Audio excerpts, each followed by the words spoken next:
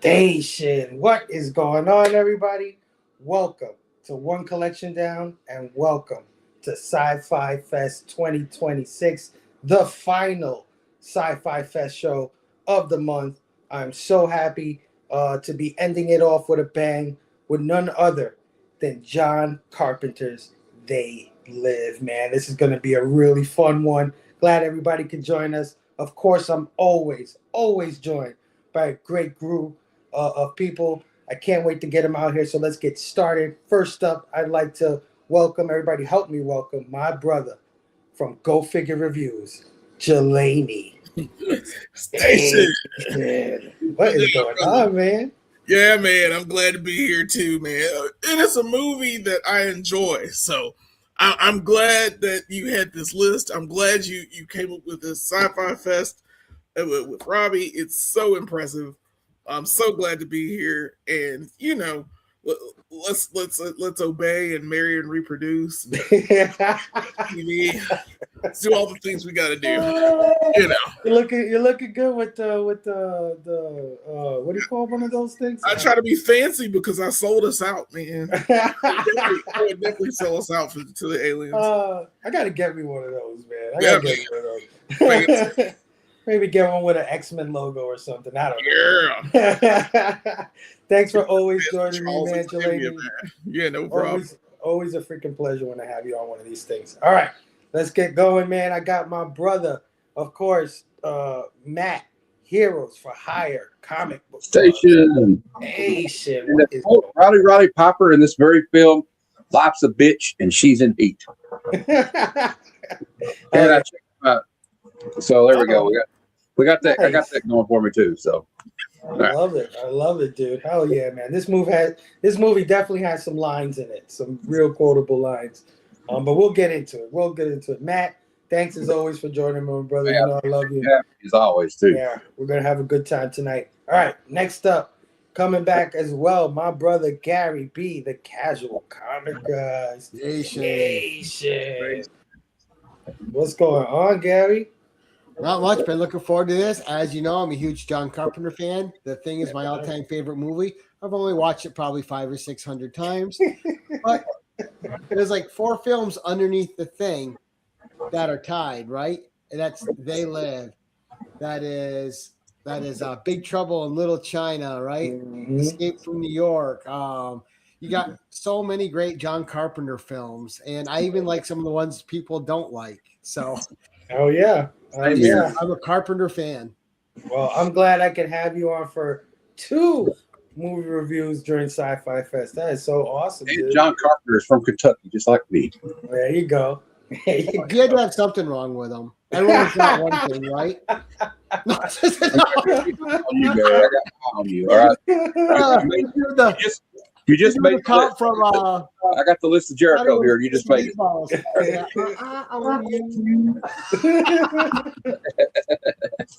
right, let's keep going, man. Well, everybody, help me welcome my Blame Phable, the all new, all different Blame Phable show co-host, my brother. Haven't had him on here for a while, so I'm so glad he made it tonight. I'm talking about my homie Stu, Dr. Doom fan club. Station, man. Had to be here for this classic, man. Of course, Jelani sold us out. I can see him. I can see us down there in the base and him just walking up behind us and putting his hand on our shoulder. What's up, fellas? Like, I will destroy you all just for my benefit. He's helping out there destroy humanity. Absolutely. Yeah. Everything's good. I get a fancy gold watch and everything. You just need a cigar now. Shit, you know what? I might sell this out too for that watch, man. You could disappear like that? I don't know. It's a teleportation watch. I might be in there. The cigars because I could get down with that. And I don't think I've done a show. I haven't done a show with Gary B where he hasn't talked about a John Carpenter movie. Yeah, like you know what I mean. I know he's told me before that The Thing is his comfort movie. It's when he watches to go to bed. He watches when he watches to go to bed at night. So happy to be here with you fellas, man. Yeah, it's gonna be a good time. Oh yeah, strange movie to go to bed to, Gary. I gotta tell you.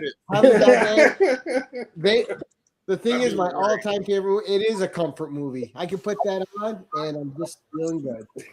Dude, amen. All right, let's keep this train moving. Making his debut on my channel, as well as the movie reviews we do here.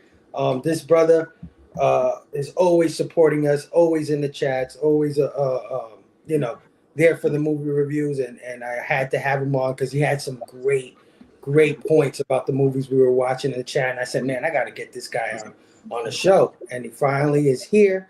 Everybody help me welcome my homie Chad Metal Elf Collectibles Station. Station, Chad. Hey, thanks for having me. I appreciate it. I'm really excited to talk about this movie, man. I've watched it a few different times, even the commentary, to get all the themes, which could probably go on for about 3 hours. Oh, the commentary is great. Yeah. Oh yeah. Well, I'm glad you did your homework, Chad. We definitely get into the themes.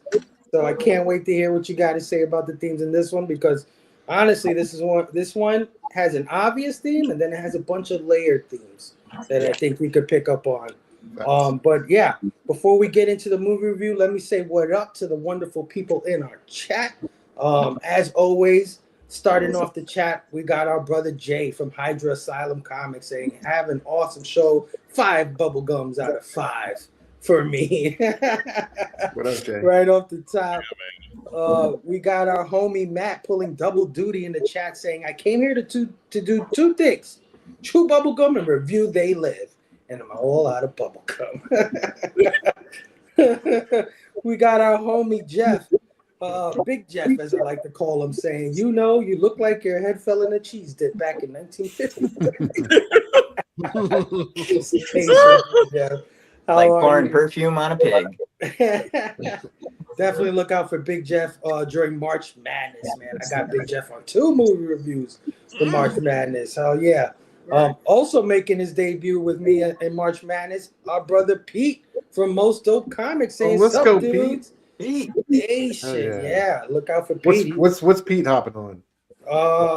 I gotta look it up. Yeah. I'm Pete, sure you got a full list. Put it in the chat, Pete. Put it in the chat if you're still there. Another brother of ours making his debut in March Madness with me will be none other than Aaron from Psychotronics Work on Station. What is going on, Aaron? Can't wait to have Aaron on. Aaron is going to be on Misery. That I know. Yeah. Great. We just sealed the deal the other day with Aaron. So welcome, Aaron. Thanks for joining us. Of course, pulling double duty, Dr. Doom's fan club saying Station Gang. Hell yeah. Jelani also Station. Oh yeah, man. And Gary B. Station all. And of course our homie Dynamite in the house. Station. What is going on, Dine? How are you? All right, fellas. Let's get into it, man. John Carpenter's They Live. Pull out my notes here. All right. They Live. Written, directed, and scored by John Carpenter. When writing the screenplay, though, he decided to use the pseudonym Frank Armitage as an allusion to one of his favorite writers, H.P. Lovecraft, as Henry Armitage is a character in Lovecraft's The Dunwich Horror. Frank Armitage is also the name of Keith David's character in the movie, which I find very interesting, to use the character as your pseudonym name for the screenplay. The screenplay is based on a 1963 short story, 8 o'clock in the morning, by Ray Nelson, which appeared in the November 1963 issue of the magazine of fantasy and science fiction. It was also based on the comic book adaptation of 8 o'clock in the morning, entitled Nada. The comic was illustrated by Bill Ray and appeared in the anthology comic book Alien Encounters in April 1986 from Eclipse Comics. Carpenter acquired the film rights to both the short story and the comic version before writing the screenplay to this movie. In the book, a man is put in a trance by a strange hypnotist, and when he awakens, he realizes that the entire human race has been hypnotized and that alien creatures are controlling humanity. He has until 8 o'clock in the morning to solve the problem. So a little different than what this movie's about, but kind of the same thing. The movie was released in North America on November 4th, 1988, and debuted at number 1 in the box office, grossing $4.8 million during its opening weekend. It had a $3 million budget, so it made its budget back the first day it came out. But it ended up grossing $13.4 million in North America. It initially received negative reviews from critics who criticized its social commentary, writing, and acting. However, it later gained a cult following and experienced a significantly more favorable critical reception. It is now regarded by many as one of John Carpenter's best films. And this movie, just fun facts, it influenced a lot of stuff, as we know, including the artist Shepard Fairey. Have you guys ever heard of Shepard Fairey? No. Not offhand. Shepard Fairey is the guy who designed the stickers Obey. You've ever seen those stickers Obey? Yeah. Right? Yes. I think he's done some design work for Barack Obama, for Barack Obama's campaign. So yeah, he said, quote, "They Live was the basis for my use of the word obey. The movie has a very strong message about the power of commercialism and the way that people are manipulated by advertising." So this movie had a big impact on his art. And another fun fact, one of the film's most famous lines, "I have come here to chew bubblegum and kick ass, and I'm all out of bubblegum," was improvised by Piper on the set. But it's hard to say for sure, but it may have been inspired by another film, as a similar phrase appeared in the 1973 film Five on the Black Hand Side, where a character proclaims, "I ain't giving up nothing but bubblegum in hard times, and I'm fresh out of bubblegum." So it might be that Roddy Piper was a fan of Five on the Black Hand Side. Oh, yeah. So yeah, man. They Live, basically the story about a drifter, right? Comes into town looking for work, and he stumbles upon a network of, like, I guess you could say freedom fighters or rebellion people. And you know, he's not quite sure what they're rebelling against until he puts on a pair of sunglasses and comes to find out that the whole world isn't what it seems. So yeah, overall thoughts on They Live. Jelani, I'll start with you, brother. Something about SciFi Fest really got me. And the movies that we have reviewed, I'll watch a few of them and I realize as a kid, they scared the crap out of me. And this movie scares the crap out of me when I was young, because how ugly the aliens were. They were so off-putting when I saw it as a kid that I was like, I would turn off the TV or change the channel because it freaked me out as a kid. And as I got older, you know, middle school, high school, I began to watch this movie again, and I was watching it again in full because I was used to the faces. I got used to the faces, and then I realized that, like, this movie is one of the greatest movies ever made.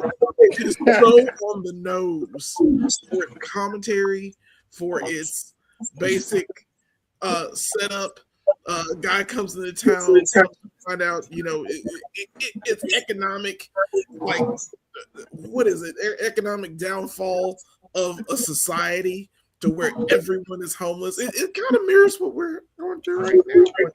Yeah. It's a little too on the nose. So he gets in here and realizes that people are actually find freedom fighter base and doesn't know it for real until it happens and he puts those sunglasses on. The entire adventure begins. And I don't know initially what I would have done other than immediately sell out. Like, alien overlords, I understand your plight. Here they are. Can I get my fancy watch now? It seems like they don't want to bother us past that. I'm like, ooh, there's some more guys over there. You know, do you want to be a part of the group? Do you want to obey? Do you want to obey? Do you? So I love this movie. If you didn't notice, I enjoyed it thoroughly. Oh yeah. Matt. Overall Let me thoughts. get this. How I'll they try to plug live. these headphones in and see if that helps any.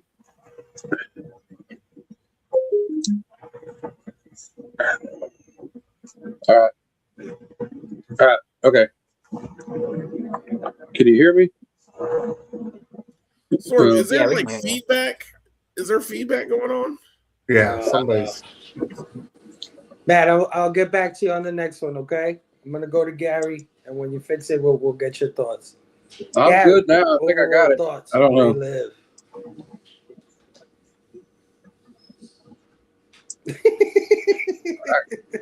You're muted, Gary. Good job. Should we tell him? No, I think he's telling We him. talk. And we still can't hear him. What the hell's going on? Technical difficulties Shit. tonight, man. Have we This is really been wild. taking over?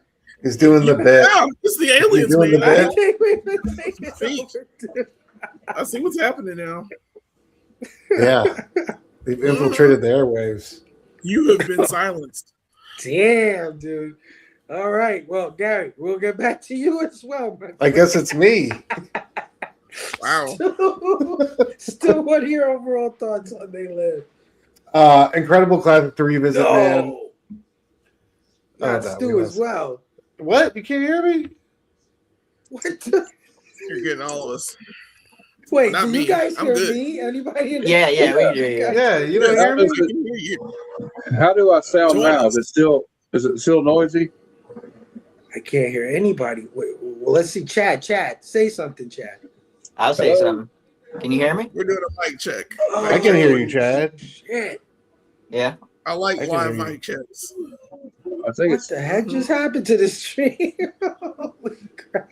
Bro, this is your fault, Jelani. You said you're selling out. I'm going to blame you for this shit. I'm just saying. I told you.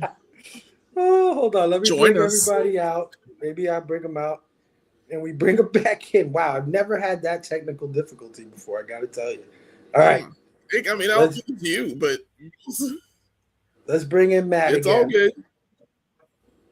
Can you hear me? Yes, sir. I hear you. I can hear you. Do you hear ambient noise again? No. Yes. Well, I can. Does it It's sound like okay. a fan? Be my fan. What is it? All right, let me bring back Gary. Gary.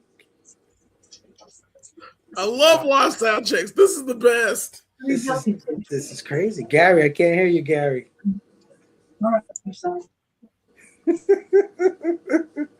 All right, let's check on Stu. Let's see on Stu.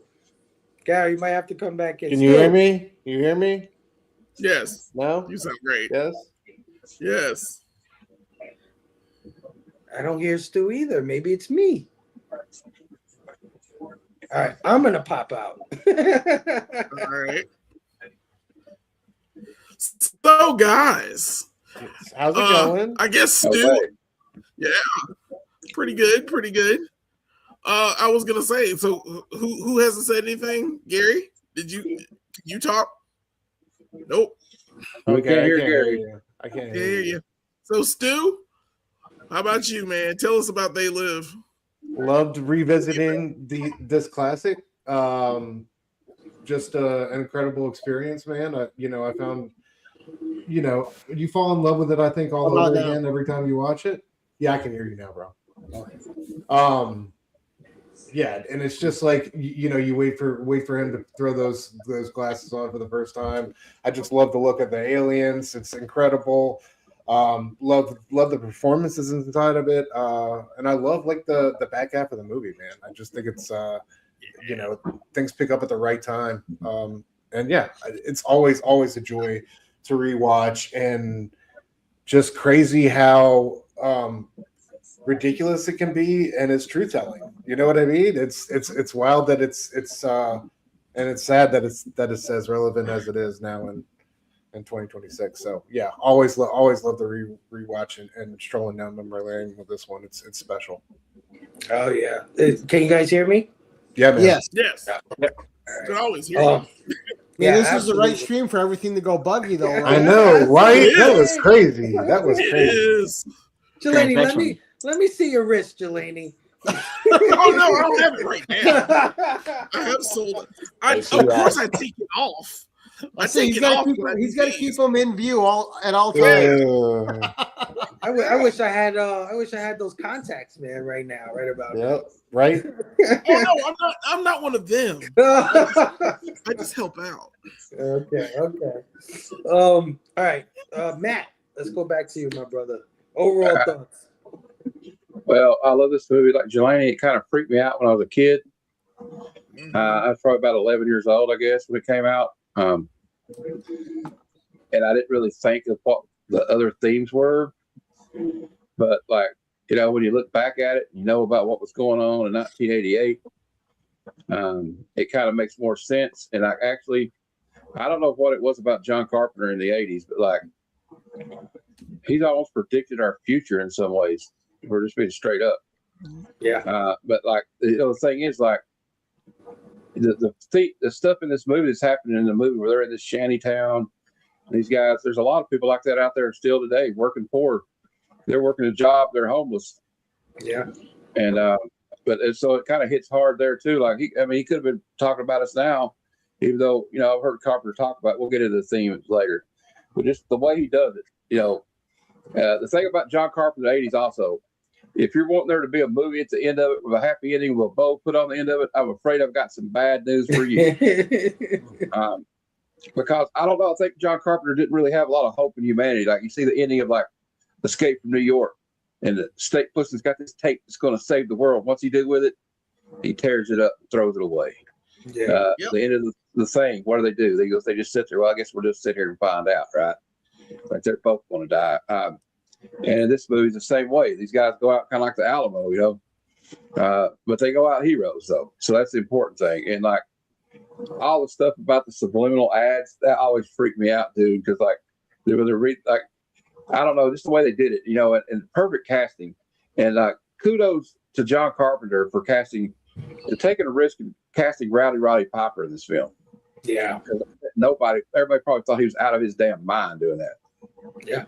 And he really shined, He's really stepped up to the occasion. But I think Piper's wrestling background probably helped him to do a lot of the stuff that he did in this movie, because all they're doing is playing a character anyway. So I always say, like, I always tell people, don't be surprised when a wrestler is a good actor. Right. You know? 100%. And so I don't know. It's just a great sci-fi movie. Like, oh yeah, it's got one of the most epic fight scenes I've ever seen in a movie. And John Carpenter's quoted as they said, "Did you ever?" I was watching the making of it behind the scenes today. The guy asked him, said, "Did you think about editing that down after you saw how long it was?" And here's a direct quote from John Carpenter to that guy. He said, "Fuck no." And also, like me and Phable, like I showed the Phable the other night, reminded him. It's often homage. They even homage this in South Park when Timmy and Jimmy fought each other. You know, and he did it like they did it for a shot. Matt and Trey did a shot for shot recreation of this, except with Jimmy and Timmy. So, so it's got that iconic stuff going on, and it's just like, you know what? It's pure John Carpenter, and that's all I'm going to say. It's just pure, 100% unadulterated, uncut John Carpenter. Oh yeah, you think that fight scene is gonna end like 3 different times, and it just doesn't. End. It's like a wrestling match. Yeah.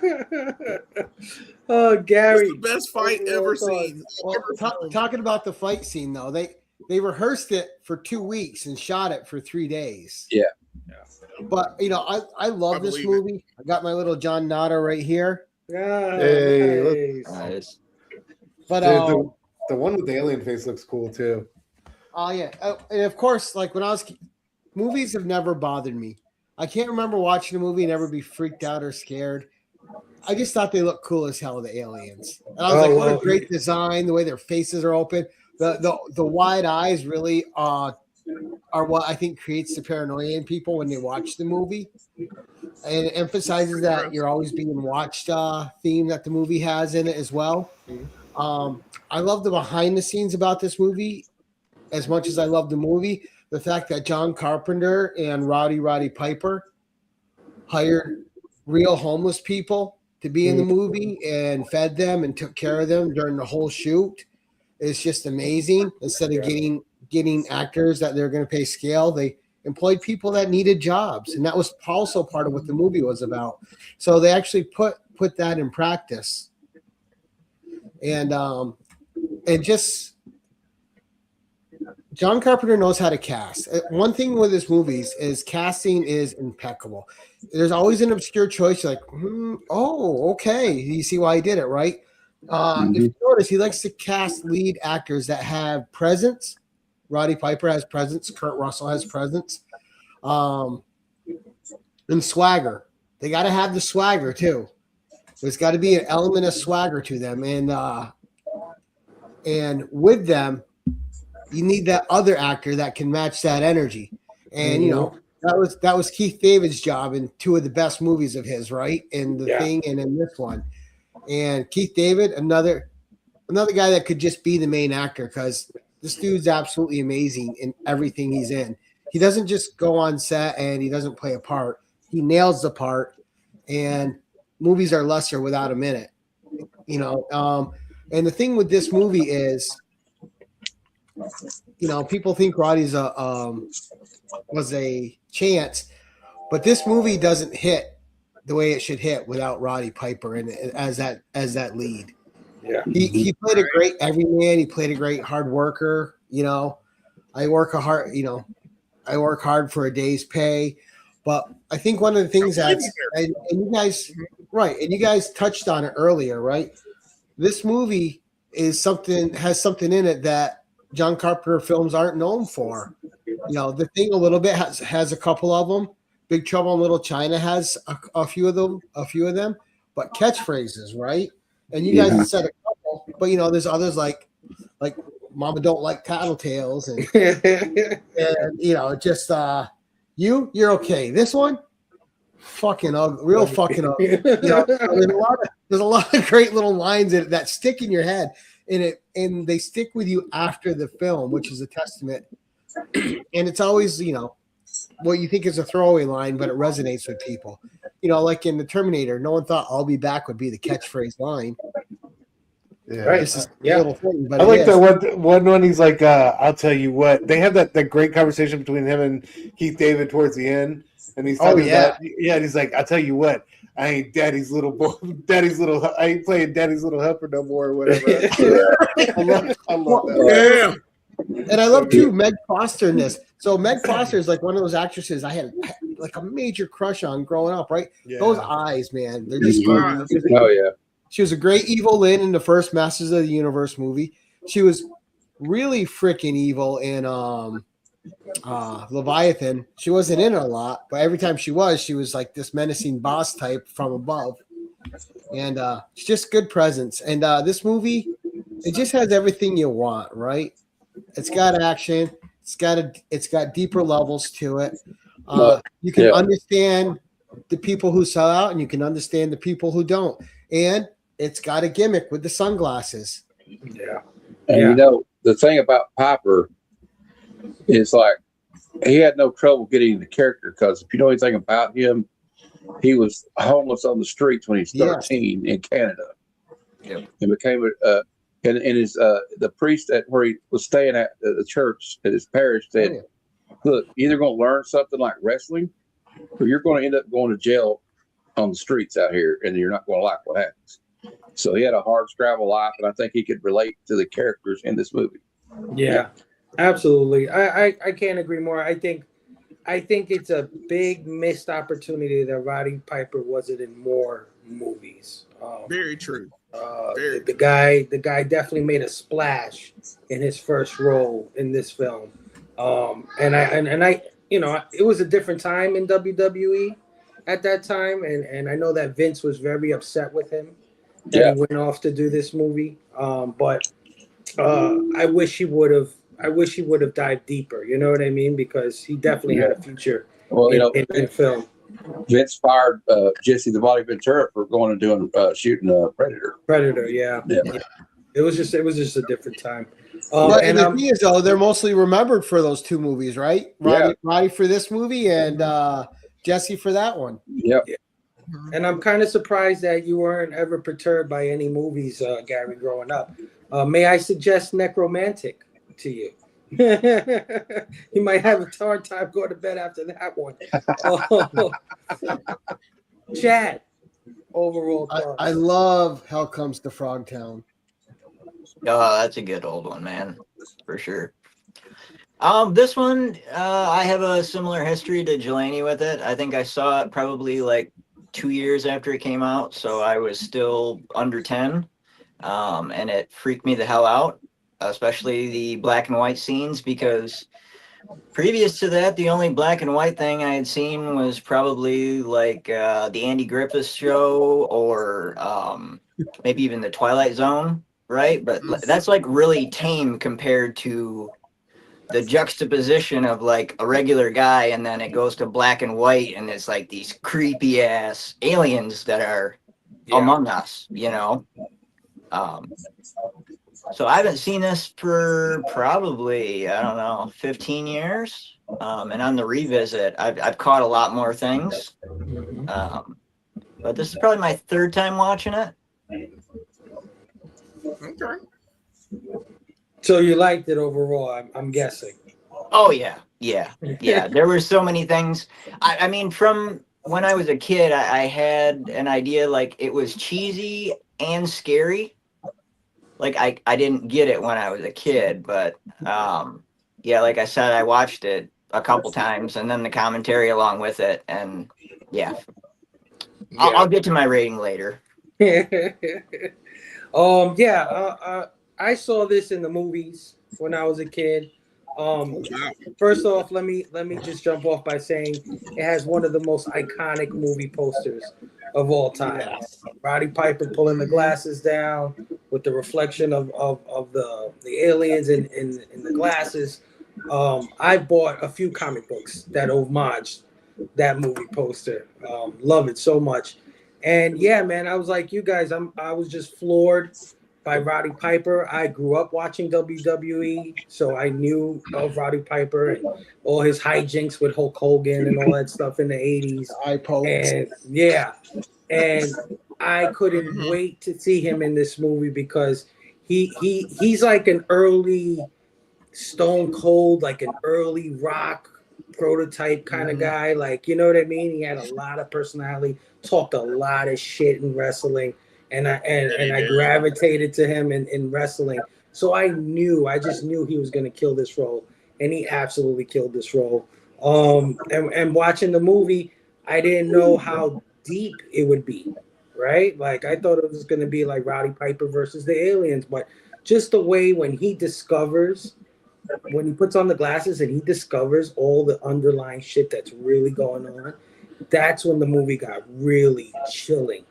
I remember that feeling like, holy shit. Like, it's sort of like the Matrix, right? Like when you find out everything's a glitch or whatever. It's quite wild.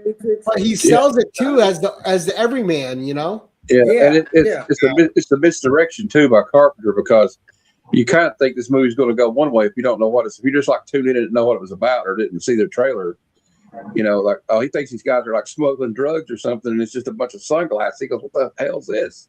Yeah. And it just takes a turn when he puts those glasses on. It's like, wow.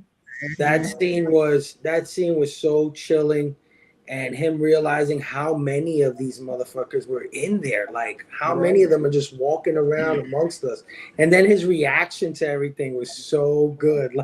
Like you said, when he was like, "You're okay." Well, this one's fucking up. Another thing I can say about this movie is my dad, my old man, he doesn't like movies like that usually, right? But he watched this movie on like TNT or something one night, and he really enjoyed it. Like, oh man, he's like, when they put them glasses, he goes, oh crap. Yeah. So it got my dad too. Well, it's just one of those things that you're like you said, it's crazy, but is it crazy?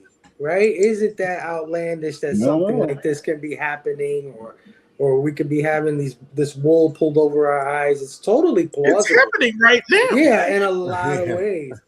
Absolutely. So yeah, it not only ended up being a pretty good film and an action film or whatever it is, but it also became a great science fiction film. and that's why I chose it for Sci-Fi Fest, because I think it's one of my favorite science fiction films of all time. And Oh yeah, easily. yeah, I knew that right away as soon as I saw it as a kid. It's always lived rent free in my head. So yeah, I love this movie as well. But we touched on some of the characters in this film, and this film doesn't have that many characters, right? But we'll try to see what we could pull out of our asses after we get past the first one or two.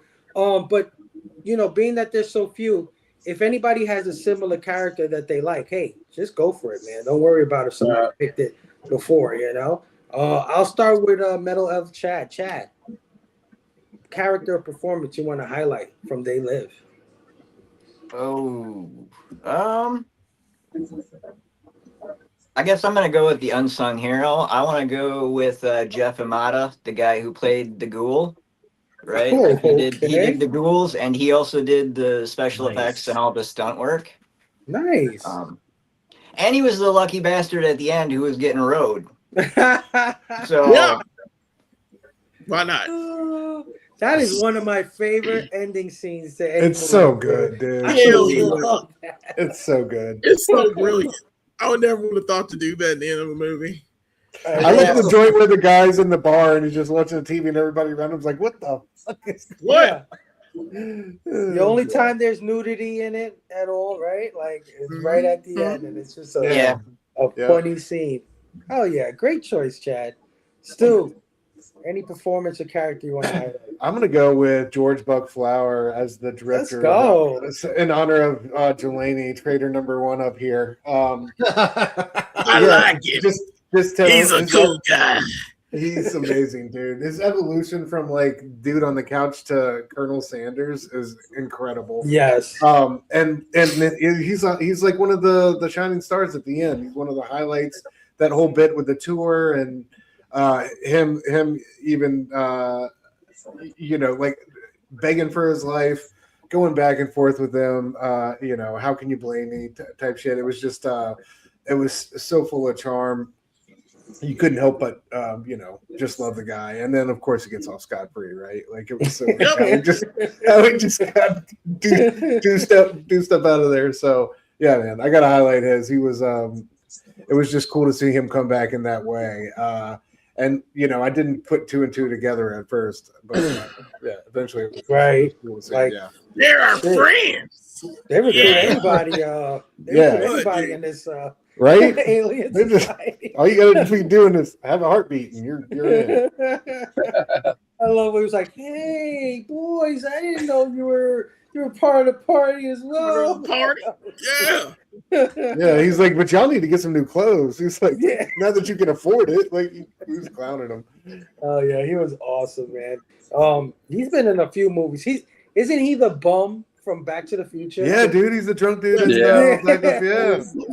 Great call. Yeah, Freaking drunk pedestrians.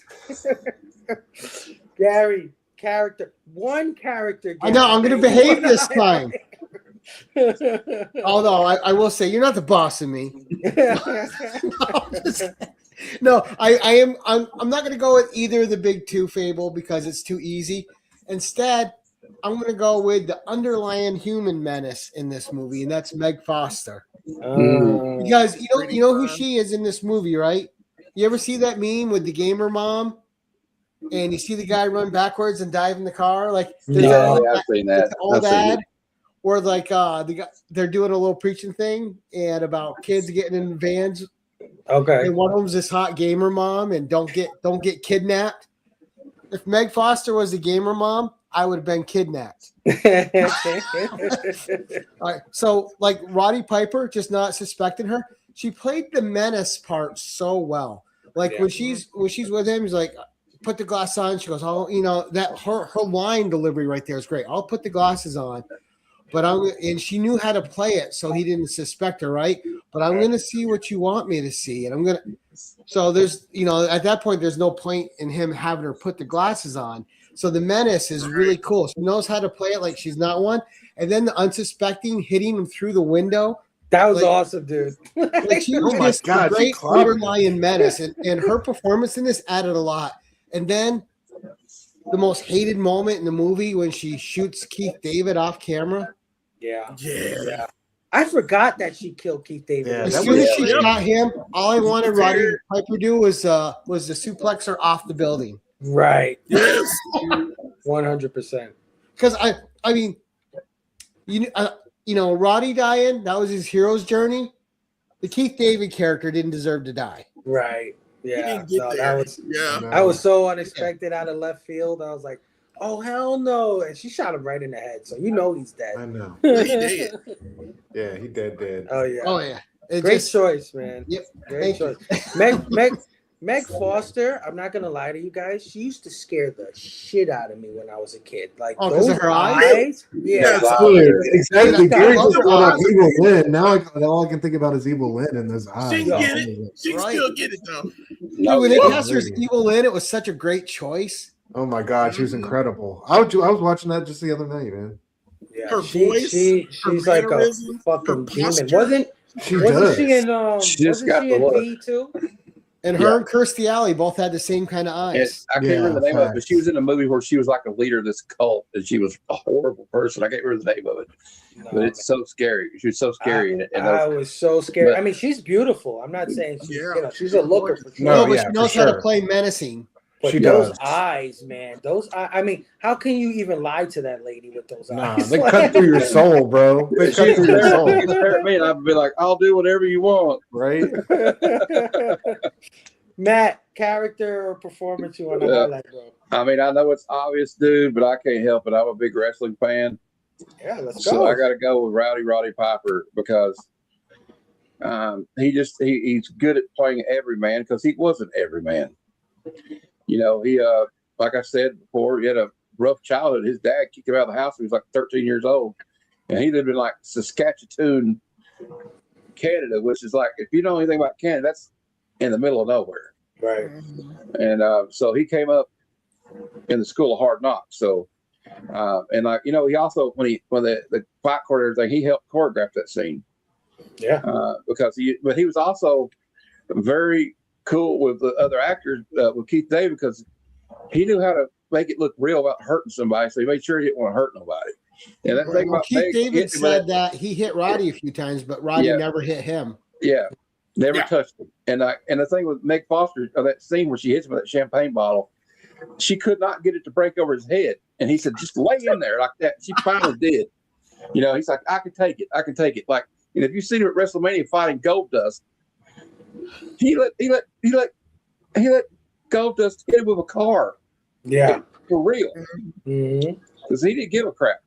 And like, another really thing about him is like, he brought his own thing to the table. Like, because I've been a fan of his ever since I was a little kid. I mean, me and my dad were watching wrestling on Sunday morning, Piper's Pit, and he busted a coconut right over Jimmy the Superfly Snuka's head and really laid it in there. He probably gave him a concussion. And all those one-liners, like, he always had some great ones in wrestling too. See, like one of my favorite ones was, "You never throw rocks at a man with a machine gun." And but like, see, like when he would put those lines in here, he told John Carpenter, "I got a notebook." He carried a notebook around to write these little one-liners down for his wrestling promos. So he had all these things saved up. And he may have like offered it from a movie or something, and he was like one of the greatest heels of all time in wrestling. I mean, he could make everybody want to just kill him, like, you know. And that's the key to being a great wrestling heel. But he knew how to also be a babyface, and he was a babyface in this movie. And yeah, I can't say enough for a guy that really not done any movies to come in and do what he did in this movie. And it's a shame that he didn't get more opportunity to show what he could have done. And like, I'll be honest with you, one of the few people that when he died, I almost cried, even though I didn't know it was this guy. So Yeah. I just think he just does well. And him and Keith, now I'm not going to talk about Keith David. I'm just saying that he had great chemistry with both Keith David and Meg Foster, and who are both seasoned actors. Yeah. And to be able to do what he did is really says something about him. That, Well, you know, I think he's one of those guys that just got along with everybody he met. Because, Yeah. you know, the thing about the wrestlers that play the heels is they're usually the best people in real life. Right. Yeah. Oh, like, yeah. you hear backstage about how Hulk Hogan really was with other people that he said were his friends. But then Piper was supposed to be the bad guy, but he ends up being nicer than Hogan, in my opinion. Right, That's my right. opinion. Yeah. But anyway, that's what I like. And he was humble. He was a humble guy. And so I would say, like, you know, I would put him up there with best wrestlers turned actor. I mean, he's up there with, in my opinion, this may be controversial, but he's up there with David Batista and John Cena. There you go. Yeah. And one thing Hulk Hogan could never do was actually be a good actor. So Right. He's Well, I trash. could say I watch Roddy's movies more than I watch theirs. Yeah. Yeah. Yeah. Because I watched both. I watched this and Hell Comes to Frogtown again last month, the month before, and I just watched this one again last night. Yeah. Yeah. I never don't enjoy them. Yeah. Yeah, no, it's sad that he didn't have more of a career. I certainly would have bought him more as an action star than like a Steven Seagal or some of these idiots that they had out there in these action movies. Not only that, but he rocked a bitchin' mullet. And Yes, he did. man, Well, the guy Well, was he did a lot of TV too. He didn't disappear. He just was on TV a lot. And Yeah. but he should have been headlining some of these films. if you ever get a chance, it's on YouTube, I say. Him and Jesse the Body Ventura did a pilot for a TV show that was called Tag Team Partners. And it's freaking amazing. It's too bad they didn't turn it into a show. Yeah, yeah. Oh, wow. And he was jacked, dude. Like when he was shoveling that shit in the construction pit, I was like, Yeah. this dude is a Oh, yeah. yeah. Why? Well, you know, What's up I'm with gonna this take shit? that because, you know, when he was up with these guys in the land of the giants in WWF at the time, because they were all just these big dudes, like, you know, Hogan's 6'5". He looked smaller than he actually was. And then you see him in this movie, you realize, no, this dude was jacked too. Yeah, Mhm. yeah. He has a lot of range in this film.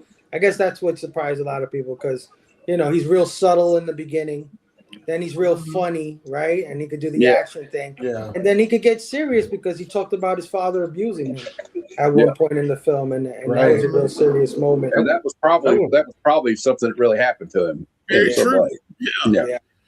yeah, and that hotel room scene with him and Keith David was great great exposition scene. Yeah. 100%. Jelani, character Yes. you want to highlight or performance? Well, yeah, y'all didn't take him, so I'm taking Keith David, like I've done every Wow. review I've ever done of this movie. I think I reviewed this. I think last year, a year before. I love this movie, so Keith David is still one of my favorite characters. Absolutely. He who makes the goal makes the rules. It's the golden rule. Right. Yeah. Mhm.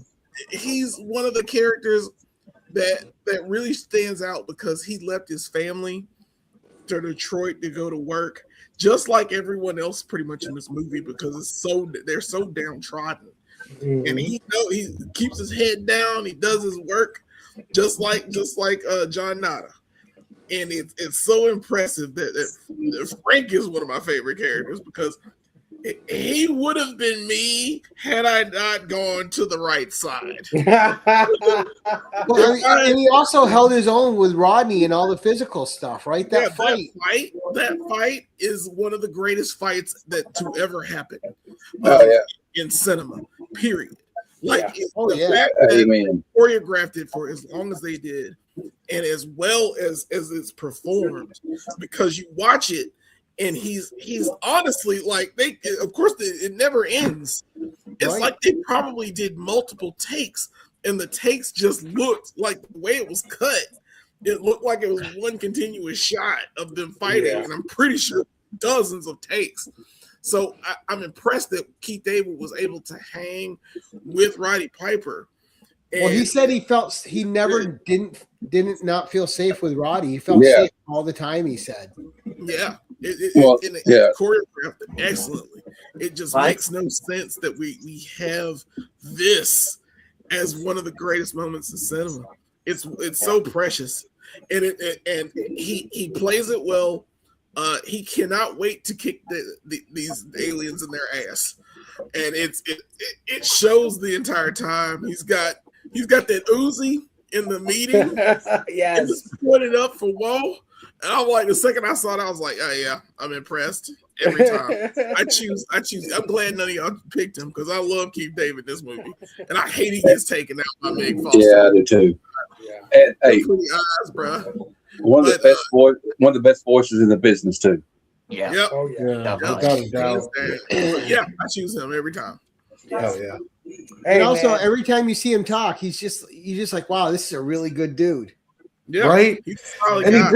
he brings this like heavy Shakespearean presence to Yes, every he does. project he's on. Yes. You know what I Yes, mean? he Like does. there's something And, so like dignified and graceful about that guy. Yep. Yeah. And he's like in one of my favorite war movies, Platoon. Mhm. Oh yeah. And I think he's got one of the best parts in that movie. Yeah. Yeah. You know? No, Keith David is a real life one of my favorite actors of all time. Whether he's doing voices or he's in a film, I love him.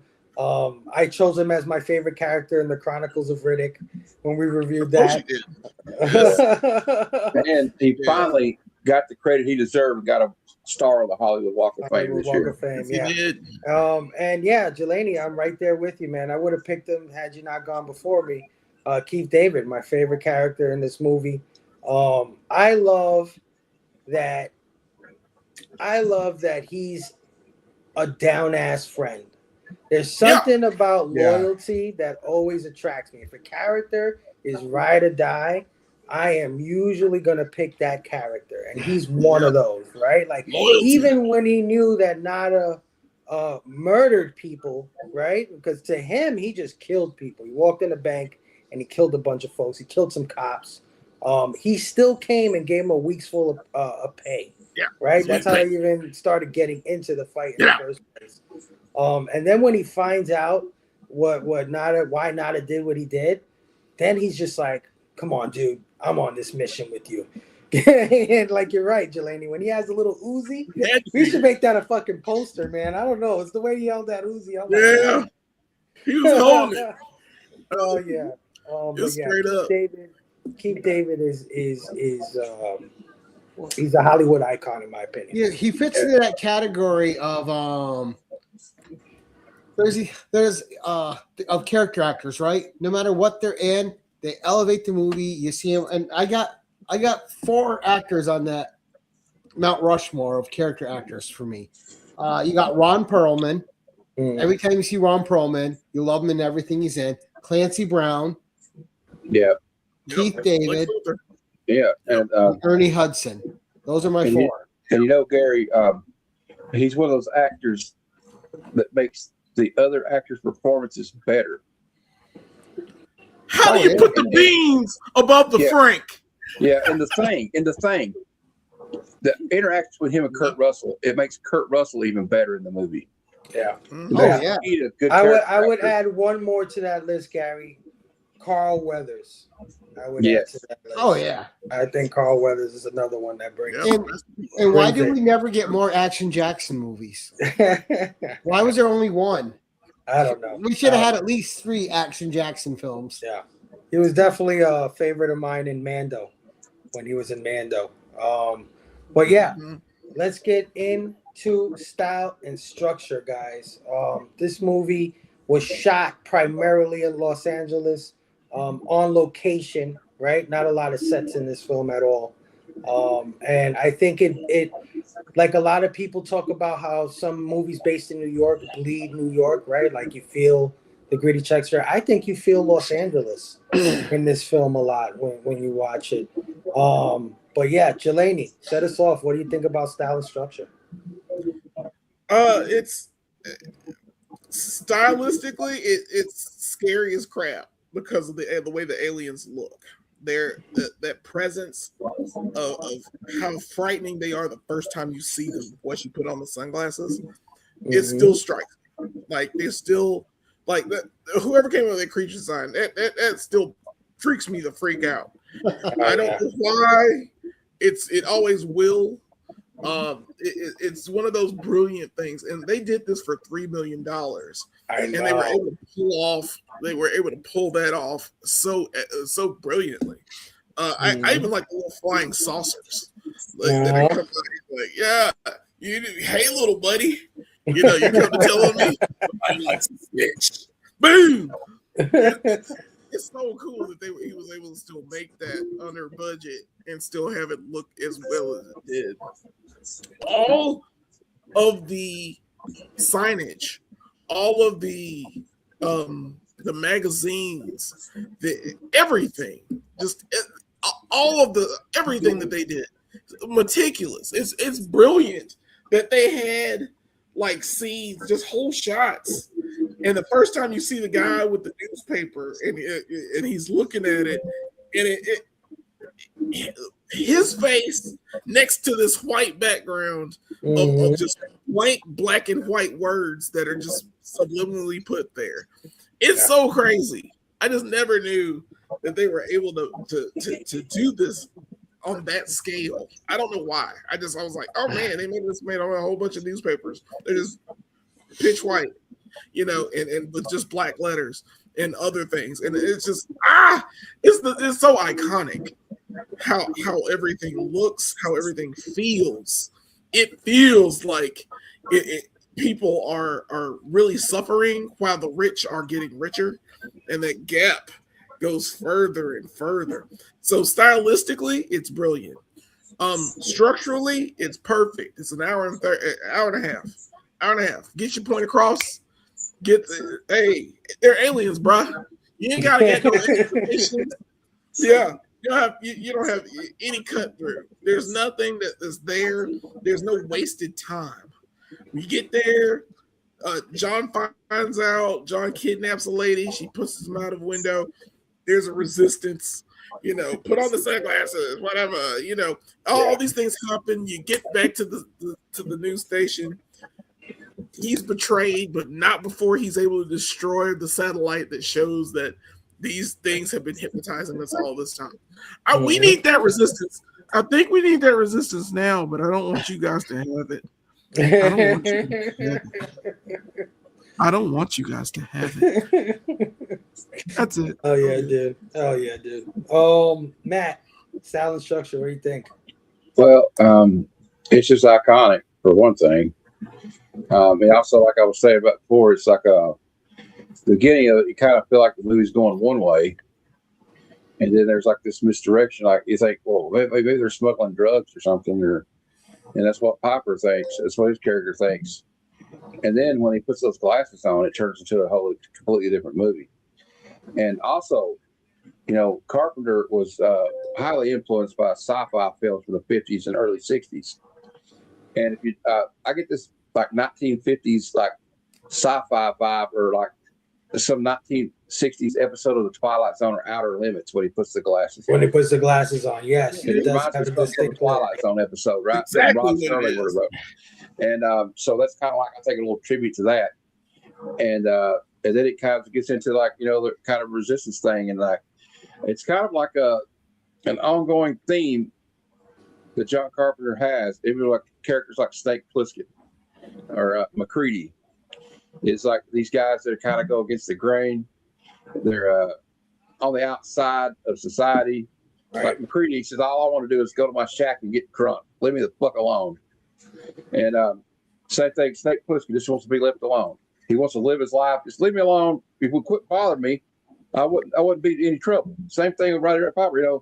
If y'all just give me a good job, I'd be cool. Right. And also, it's got some heavy stuff going on in this movie, but like just, I don't really see many flaws in this movie. To be honest with you, like Jelani was saying, an hour and 30 minutes, make your point, get in, get out. That's like how a John Carpenter movie is. Yeah. This may have been one of his shortest films, though, actually, but like there's no like part where this movie drags. Right. So like I just like the way it was edited. I think it was great, greatly directed, greatly acted. So that's all I can say about it. I think that pretty much sums it up. Yeah, 100%, dude. This movie definitely moves at a brisk pace. It's in and out, and just before it could overstay its welcome, it ends, and it ends in a bang, like we said earlier, literally and figuratively. Gary, thoughts on style and structure? Well, one thing, and it was touched on just a minute ago, is budget for this movie. It's a small budget. You don't feel that budget at all in this movie. The money that they had is used wisely, and using using the environment that you have around you and making it feel like it feels authentic. Authenticity matters. Mhm. This feels authentic. The budget's in the right places when it needs to be there. And and just the pacing. John Carpenter knows how to pace his movies. You got kind of this meandering 15-minute introduction, and then it's off. The races are going, and it's tension, tension, tension, tension, tension, tension, end. And he knows how to build it. He knows how to build it without blood. He knows how to build it without gore. And there's nothing wrong with either one of those things. I love some gory movies and some bloody movies, right? And you fall asleep to them too. Right. Well, but John Carpenter has never really, with the exception of The Thing, because it was necessary with that story. But he doesn't put anything gratuitous in his movie, except maybe that last scene in this one, right? that was the only gratuity in it. But it's lean, right? The story's there. You got the thread. You're getting your little character moments. Even that little part in with him in the apartment with Meg Foster. People might think that slowed it down. No, that's setting the tone for her character. That's all character building that's necessary for the pop at the end, right? Yeah. To really give you that gut punch. Like if they don't set her up as that, and then she does what she does to those two guys, it wouldn't have felt authentic. It wouldn't have felt like she's that person. Right. Right. So the world building great, the authenticity great, the pacing's great, and he knows how to set up those little moments. So yeah, 100%. Oh yeah, Stu, style and structure. What do you think? Yeah, man. I mean, style is obviously off the chain. It's a John Carpenter movie, right? Yeah, I just think from the beginning, those shots of LA and how big the city kind of looms there in the beginning, and how it's a character throughout. Like Gary was saying, the fact that they hired people from Skid Row and gave real homeless people work here. I think he was trying to get that point across from the very beginning, that with the homeless camp. I think you could feel. The only part to me that felt like he was trying to stretch a short story and kind of beef it up a little bit felt like in the beginning. It felt like a little bit lost and disjointed, kind of when we were there with the camp and everything going on at the church across the street. But like Gary said, man, after that, once we get rolling, once he finds those glasses, it's awesome.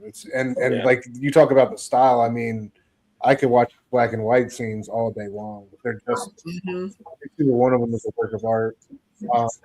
And yeah, I just love how Orwellian it is, and the message, and like we've been talking about it time and time again. But the look of the aliens really, it's one of those iconic, timeless looks that separates this movie, I think. So and then so. I think style is always there. A huge part of this film, a huge part of its identity. Structure, I think the last 2/3 of it are incredible. I don't there's a little bit a part of me that's always kind of waiting to get there in the beginning, but regardless, there's so many little things to enjoy along the way. I love that. Right. So you're never not entertained. Oh yeah, dude. I agree. The Los Angeles setting, it definitely fits this movie and the story they're trying to tell, especially Los Angeles in the 80s, right? Excess. 100%. Yeah, Rich, but at the same time, excessive poor. Yeah, the dichotomy. The downtown hasn't changed much. If you see the TV, they still have a place called Skid Row in downtown Los Angeles, and that's what kind of reminds me of the shanty town in this. So, and definitely the city is a character. The city is a character itself in this movie. It's like in Taxi Driver, New York City is its own character in that film. So it's the same thing in this movie. Yeah, 100%. Chad, style and structure. What do you think, bro? Yes, sir. Style and structure off the chain. The writing, the story is great. The way they tied it together, and Gary hit it right on the head. The word authentic, right down to the choices of the cast. they rehearsed for months and months before they even started shooting, so they had a good rapport with one another. Um, like it just feels authentic. And Stu, man, when you talked about the city being a character in itself, like I kind of got shivers down my spine because as I was watching it, the beginning of the movie, I noticed like the cinematography part of this, like the colors in the beginning are very like drab. They're either like white or gray or like light brown, and then there's a stark contrast of green, right? Like the church is white, and then there's these bright green shutters, and in a whole bunch of scenes, it's very much like that. Um, but the thing I noticed with the city was like the city where they're at is very dirty, right? It's very immense, very dirty, like where they're fighting. But you can always see in the background, like these spires, right? The skyscrapers that are perfect. The sky is perfect. So it's like you're trying to reach to that point, right? And they only get there at the end, and then they end up dying. You know, spoilers. Well, it's like a class division, and you can see the class division in the movie. Yeah. Mhm. Yes. Yep. Like this is where we live, and you can look over there, right? You'll never really get there. You can try to, like he says, I'm going to keep my head down, work hard, and you know, you're never going to get to that point playing by those rules. Yep. But you can look. Right.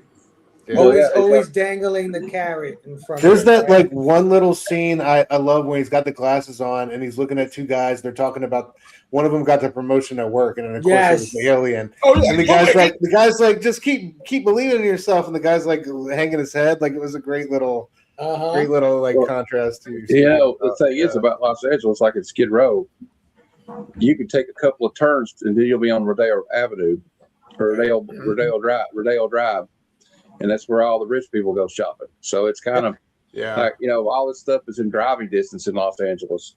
Yeah, I mean it's the same thing here in New York. I'll say that's in most cities. Yeah, it's always like that. Same thing here in New York. You go to 96th Street, and once you cross that street, you are in the hood, my friend.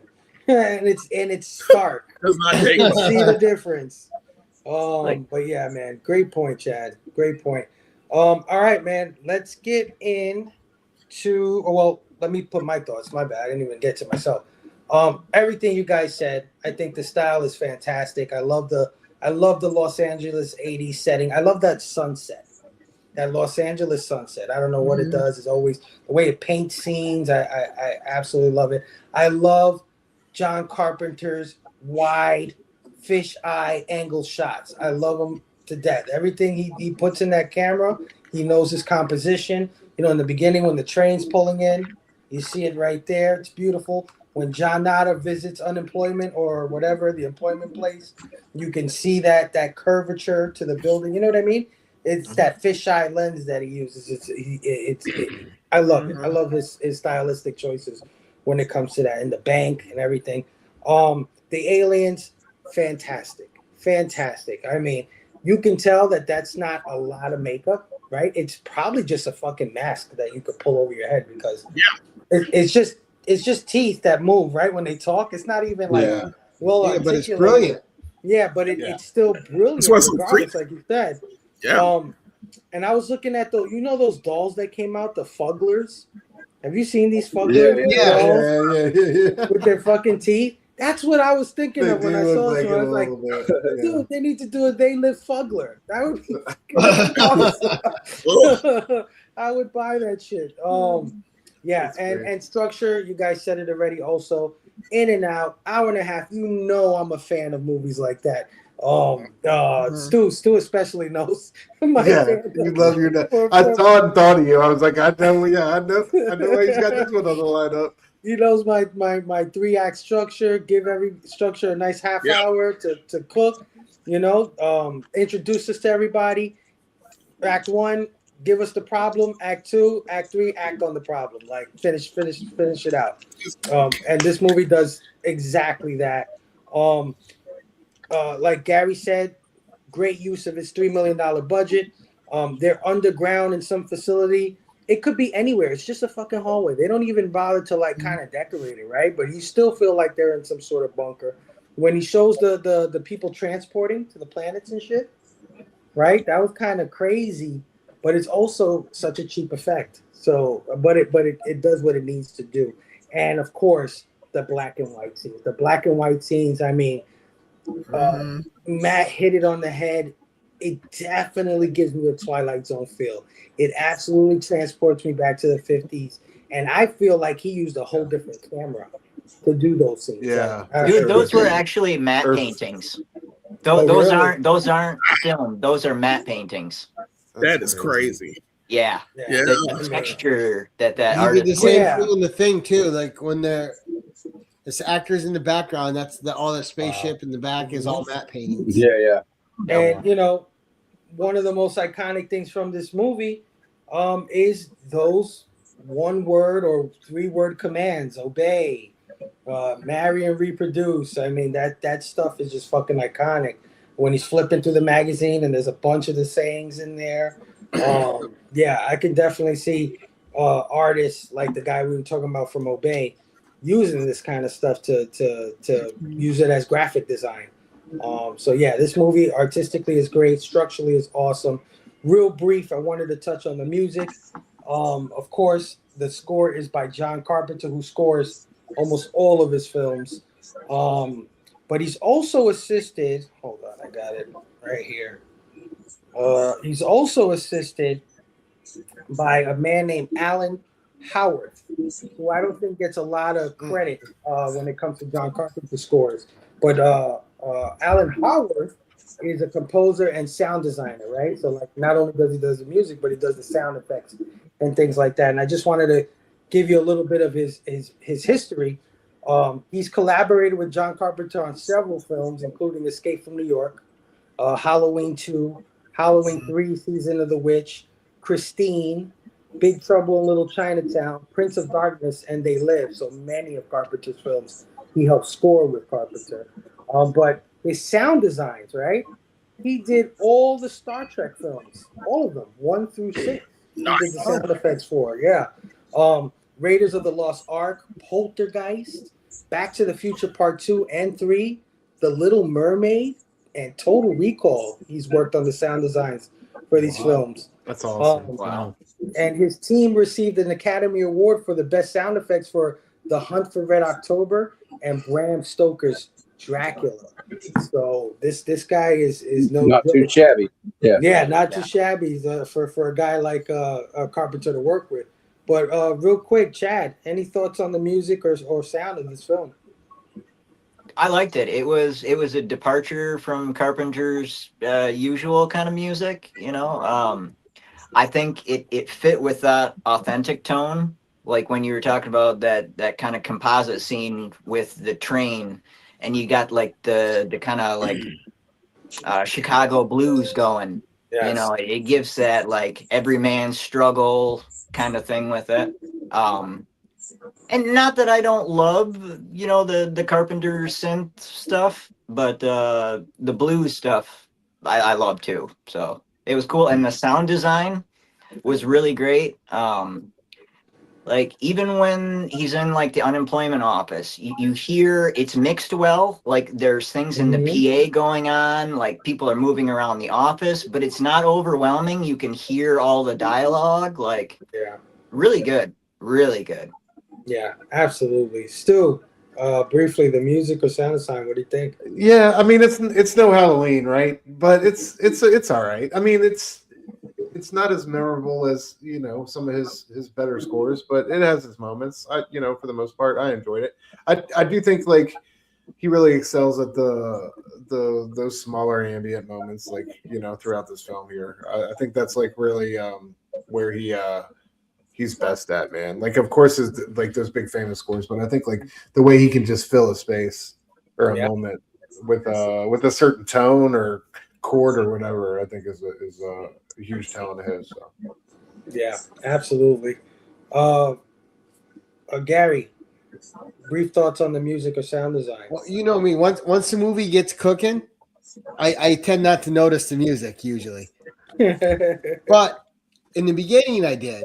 right? Because the music was serving two things. It was settling you into that environment and getting you going with Piper's character, right? With Nada.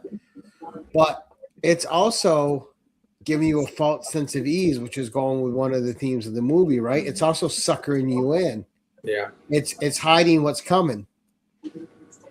So all that subtle music in the beginning, it lulls you into a nice little start, especially the scene in the beginning with him and Keith David getting to know each other. You know, I don't like being followed. I don't follow a man unless I know where he's going. And Yeah, that was a great exchange. yeah, but all that is setting you up easy, right? That way, when that reveal comes with the obey and all the signs and the glasses, it slaps you harder. Yeah. So so the music to me is effective. I got lulled in, and after it was going, it didn't distract me from what was happening. So I'm good. Oh, yeah. That's one of the biggest compliments I think you could give a movie is when, it does its job so well you don't really even notice it. Matt, brief thoughts on music or sound design. Hey, it's a John Carpenter movie, and the music's on point as always. And that bass line is very memorable. Dum, dum, dum. The first, yeah, it's just like, and you get this feeling like, yeah, these guys are down and out. Like it could have been like John Lee Hooker or something song or something. You know what I mean? Like, but like, he keeps it simple anyway. Even the ones who use the synth, like the theme to Halloween, Escape from New York, they're pretty basic, but they're so damn memorable. Like, Phable, remember those? I think it was a few days ago. We were backstage talking after a show, and I said, "Hey, man, just everybody remember this." And I played the intro to Escape from New York, and it's just so simple, just a few notes, but it gets the point across of what's going on in the movie. Same here. That's all I'm going to say. It's just John Carpenter's great. I wish I could have been in New York when he had that concert. Right. He knows how not to overdo it. Would have been awesome to see him live. That would have yeah. Oh yeah. Jelani, thoughts on the music or sound design? Do do do do do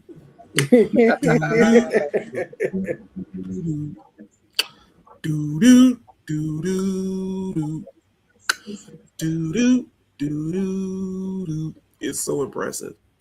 Yeah. That simple little melody tells a story in itself, and it's really impressive that John Carpenter can just get in there and just do simple stuff and make it brilliant. And it makes me happy that this movie had this music attached to it. It's like a character within itself. The score is fantastic. The sound design is brilliant. Everything about it. It screams class. And you need class with a movie that's this crisp. It's a very crisp film, and it goes well with all of it. And there's not much anything I can really say about it other than no notes past that. It's awesome. Yeah, I can't add much more to that either. I think I agree with all of you. John Carpenter score. What more do you need, right? And the man is scoring a movie that he wrote and directed, so he's gonna imbue whatever he's thinking into the soundtrack of the film. It goes together. And I think Chad hit it on the head with the whole blues thing. It gives you that down and out feeling, like it's supposed to give you that down and out feeling. That the bass line, doom, doom, doom, but also the harmonica. The harmonica is a big part in here.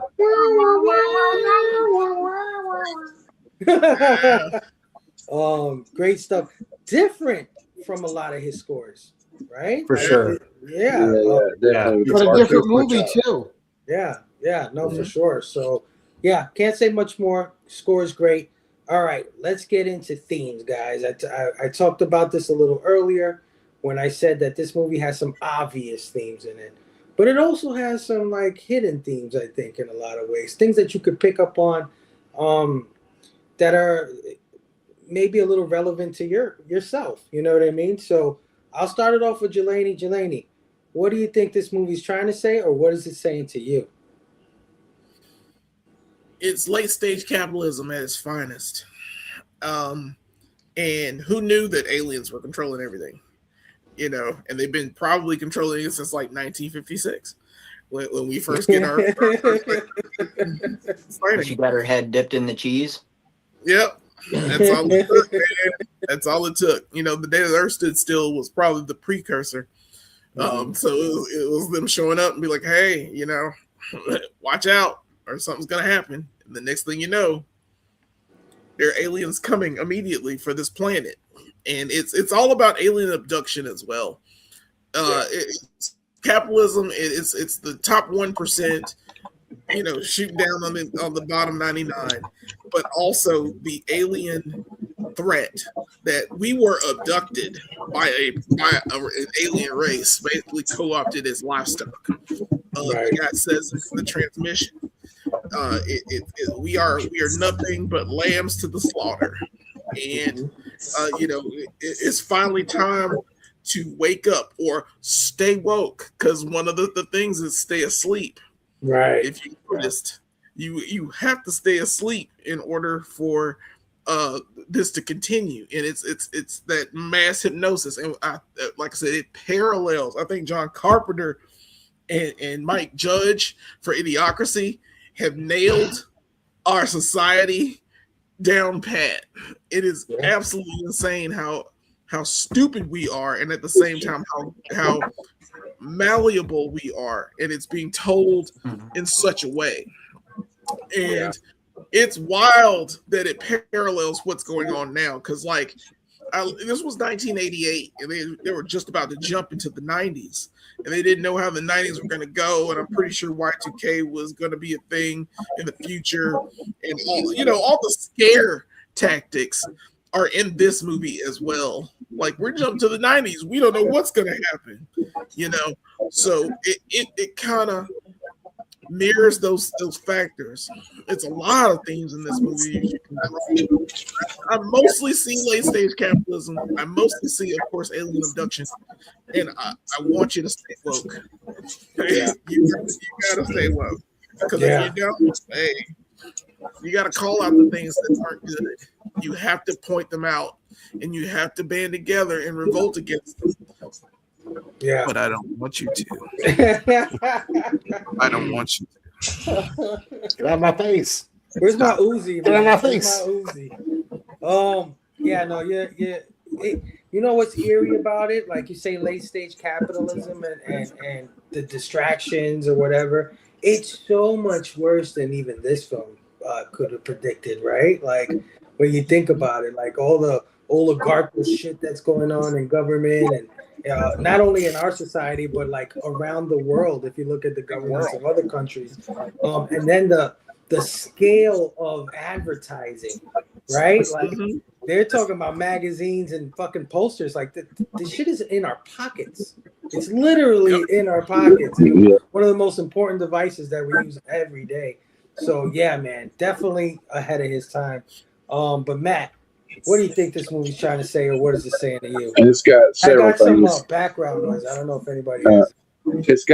It's got several things it's trying to say, and it was saying something in its own time, because I'm old enough, and I know some of you are old enough to remember something called Reaganomics, that somebody mentioned in the chat earlier. Trickle down economics. Even George H. Bush called it voodoo economics when he was running for president against Reagan. And John Carpenter says it in the behind the scenes making of this movie. He straight up tells you right now, and I'm not trying to get all political shit, but the character is based, the aliens are based on the Republican Party in 1988. Yeah. Says it. And message. So okay. Also, the destroying of our infrastructure, or the degradation of our infrastructure, trying to keep us focused on consumerism, focused on keeping up with the Joneses, being a good little worker bee, because they're like consume. They want you to reproduce, so they have somebody else to work for them. And it kind of reminds me of this Bob Dylan song where he says, "I ain't going to work on Maggie's farm no more." So so it's got that going on. It's like And yeah, it could be a documentary. It could have been a documentary back then of what was going on. It could be a documentary about what's going on now. When you have like the 10% of the people running the country, running the world, and they want us to stay. I feel like I'm getting too political. I'm not trying to. I swear. But like, Yes, you are. Why dare you? They want to keep us arguing over. They want to keep us arguing over culture war stuff, so we don't see them while they have their hand in our back, taking our money out of our wallet. Yeah. And it reminds me of a song by Black Flag where he says, "It's not my imagination. There is a gun in my back." Mm-hmm. So, like, and also this movie says, like, keep your head on a swivel. And I like what Jelani said about stay woke, because I think people they co-opted that word, but what it used to be was keep your head on a swivel and watch your freaking back. Right. That's it. You know, and like but like it also shows in the movie that like just I don't know how like capitalism just turns people against each other, and the disparity between the have-nots and the haves. Right. So that's basically the theme of the movie. And like, hey, you know what though? You know, they used to say the revolution will be televised, but actually, the revolution is going to be live streamed. 100%, dude. Gary, what is this movie saying, or what is it saying to you? Well, I think one of the things that people overlook in this movie is subtlety. This is also a major part of this movie is about the subtlety of control. How people, you don't know you're being Can't controlled. hear you, Gary. Huh? I can hear him. I can hear him. You hear him? Yeah, I hear him. Yeah, he's talking about the subtlety of control. All right, keep going, Gary. Keep going. I'm going to drop out. So I think this is about the subtlety of control a lot. People who don't know they're being controlled, like the guys on the couch watching the television, they don't know the subliminal messages. They're being told how they want to be performing to this audience, right?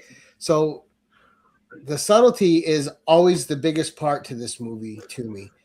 You know, the humans that are in on it, when another human finds out, they just try to sucker them in and make them part of the master plan.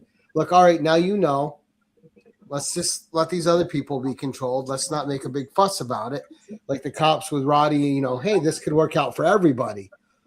So as soon as someone wakes up, they try to incorporate them in, and they try to keep that subtlety of control going. Because everyone who's being controlled has no idea they're being controlled. And it's just done with an adept finger and very quietly, and let's just keep it going day to day. Yeah, 100%, dude. I like that concept. A lot. Get out of my face, bro. The subtlety of control. But Stu, what is this? Man, I love this one because like I come back to it time and time again, and it gives me something different, right? Like back in the day, in my younger days when I was, you know, my thoughts and philosophies were you know, peaks from which I looked on, and not mountains and, you know, or caves in which I hide. You know, it was all about rejecting control and rejecting that programming and you know, going your own way and not following the road most traveled. Now, as a 43-year-old man with a bunch of kids, dude, it's about, I mean, I think this is, you look at the wealth disparity in this country. I think this is one of those movies. This is one of those movies that when you're talking about coming out of Reaganomics, where we're first really starting to wake up from the dream that, you know, these people who we have helped make enormously rich are not going to share their power and their treasure with us. Right. They're just going to hoard it for themselves. You know what I mean? I think that's you get to that tipping point, you know, of yourself, and where you have to ask your own character, are you going to do the right thing, or are you just going to fall in line and join up with these cats because it's easier? So yeah, I think it's, you know, at the end of the day, I think this is, you know, and you see all these, there's so many echoes of it today that and really eerie, like these camps where these guys are working day-to-day temp jobs, just trying to get by. Is a story in city after city throughout this country. Right. So, but even the control doesn't stop with just the regular base people. I mean, you know, when he just said what not, why not, right? Well, that's also controlled in a subtle way, right? All right, so now you know we're going to give you this money. You're going to be happy, and you're not going to ask too many questions. And if you get to a point where you do, well, then at that point, we'll just get rid of you. Right. Yeah. Yeah. Yeah. You gotta break some eggs. I can agree. Mhm. You know, Get the fuck out of here. Jelani knows exactly what you mean. I mean, Chad, what is this movie saying, or what is it saying to you, man? What's that? What do you think the movie's saying, or what is it saying to you? Probably would have went with more like an invasion of the body snatchers kind of theme. And Carpenter was highly influenced by that. Like you'll see that like in this and in The Thing, like the paranoia and the they or the thems that may be among us type of thing. Yeah. But now watching it, like I see so many themes that relate to our world today. Like the falling asleep, the American dream kind of thing. George Carlin's got a great line. They call it the American dream because you got to be asleep to believe it. Yep. That is a great Another thing was like when they were at the newsstand and the alien guy gives them the money, and on the money it says, "This is your God." Yeah. Yes. Yeah, that one's Like fire. that is Yes, it another. That's another theme to me. Is I see this a lot. Like people are worshiping greed in the guise of God, right? Like they're saying it's religion, they're saying it's God, but it's greed. Like the I won't go into which denominations do this, right? But that is one theme in there. With the like propaganda on the TVs, people being asleep, like that in itself is actually a thing. Like the TV sets, I forget who coined the term, but they said that TV was the opiate of the masses. It puts you, the actual hertz rate that your TV operates at, it puts you in a suggestive mode, right? So if you've ever noticed, like you just kind of sit there and you're absorbed into it, right? So that plays in there. He's kind of playing with that, and then the propaganda aspect of it through the commercials, the marketing, the advertising. Yeah. The capitalism, and the other one that really got me was, by the way, what's that? it was Karl Marx, the opiate of the masses. Oh yeah. Thank you, Jelani. Marxism. Oh well. Yeah. And the other one was like reality. They're talking about kind of manufacturing reality.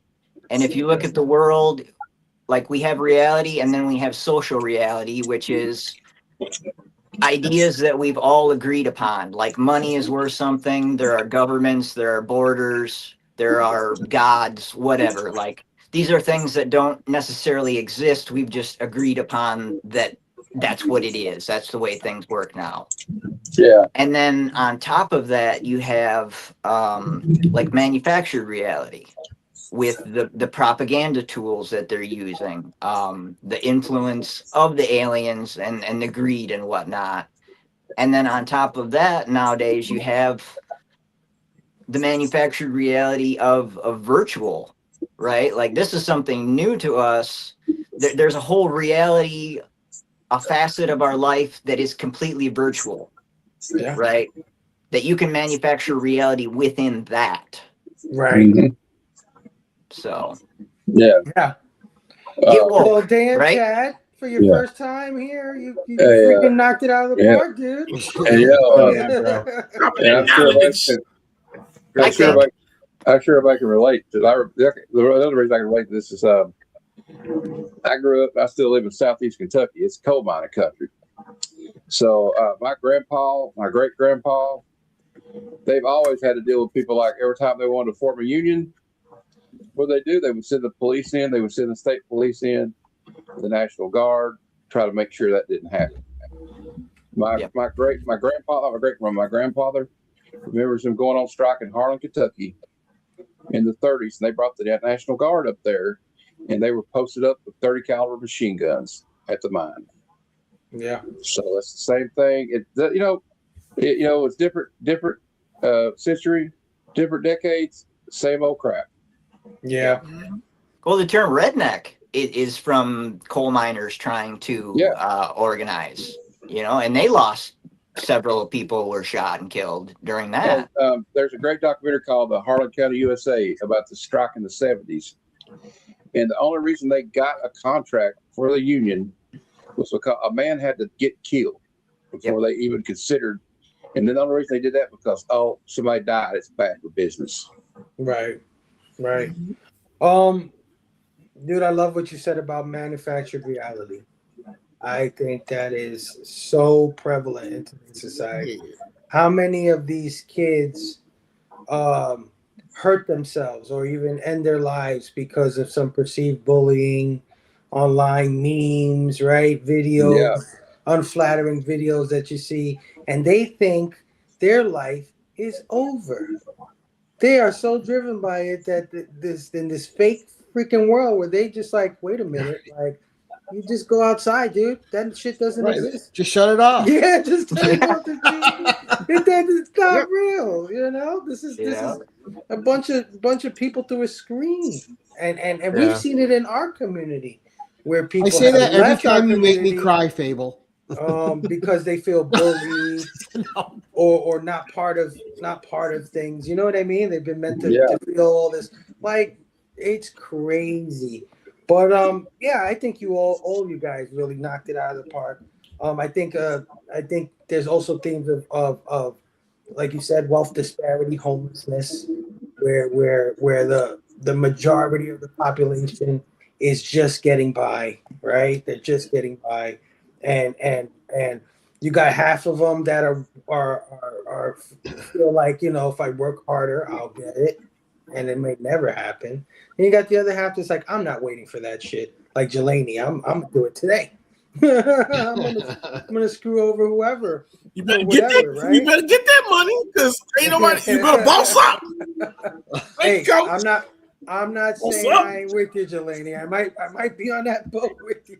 I only got so many years left in this world, right? But then that's what they use against you in a lot of ways, right? Like when you feel like you've done everything right and nothing is still going your way, it might break the best of us, right? It might give us all that crab in a barrel mentality where, like Gary, I think, was trying to say, it was like, we don't even know we're helping them. You're not even realizing you're helping get their situation.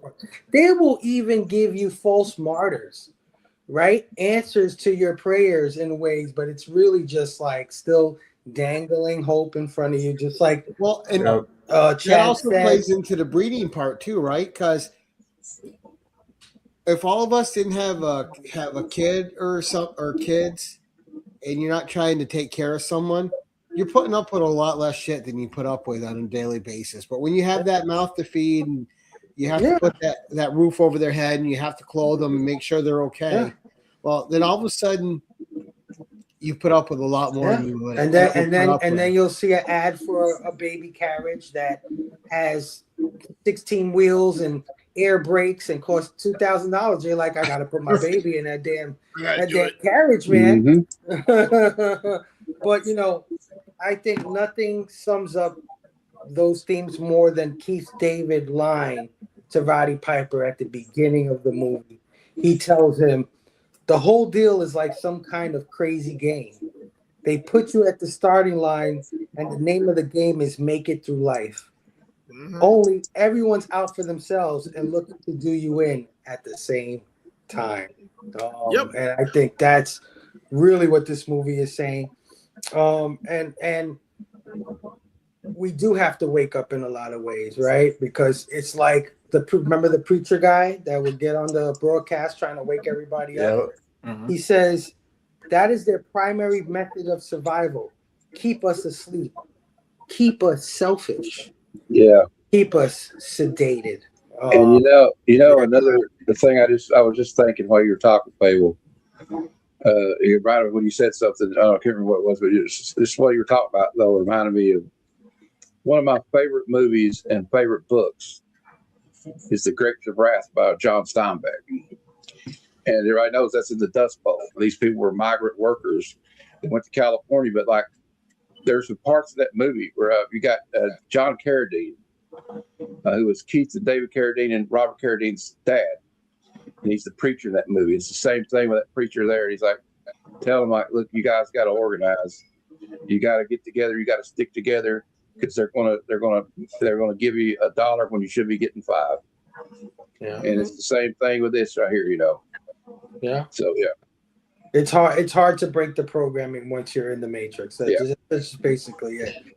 But there are a few of us out there and don't, I would say don't give up hope, and I think that's what Carpenter was saying. I know his endings are bleak and I know Nada dies at the end, but still there was somebody out there that was the less of us, the least of us, somebody who didn't care about everything that a lot of us care about, right? Like getting ahead or whatever. He just wanted to survive.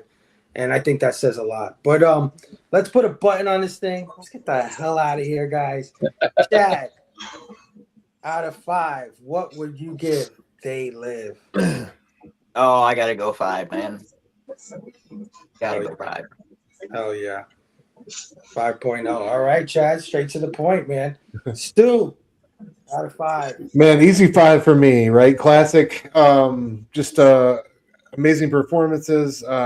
One of the all-time fight scenes ever. Incredible, creepy aliens. And this one has so much to say, even all these years later. It was topical back then. It's topical now. One of Carpenter's sneaky best. So 5 out of 5 for me. Hell yeah. Out of 5, Gary, what are you giving this thing? Also a 5 out of 5 because one of the ways you can rate movies like these old movies is relevance today, and it hasn't lost any relevance. And the casting, and from technical standpoints, the casting's fantastic. It's exactly what it should be. The pacing's great. The themes are great. And if you're just in it for the action, well, it's got that too.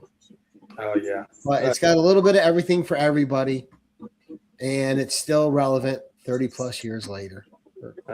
50 plus years. Yeah. And getting more relevant by the day, right? That's the eerie part of this film. But Matt, out of 5, what are you giving They Live? Well, my criteria for a good movie is can I rewatch it? Rewatchability. Is it enjoyability? I mean, so of course it's 5 of 5. I mean, but don't forget everybody.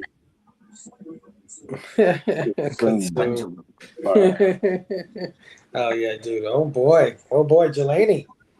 What are you giving They Live?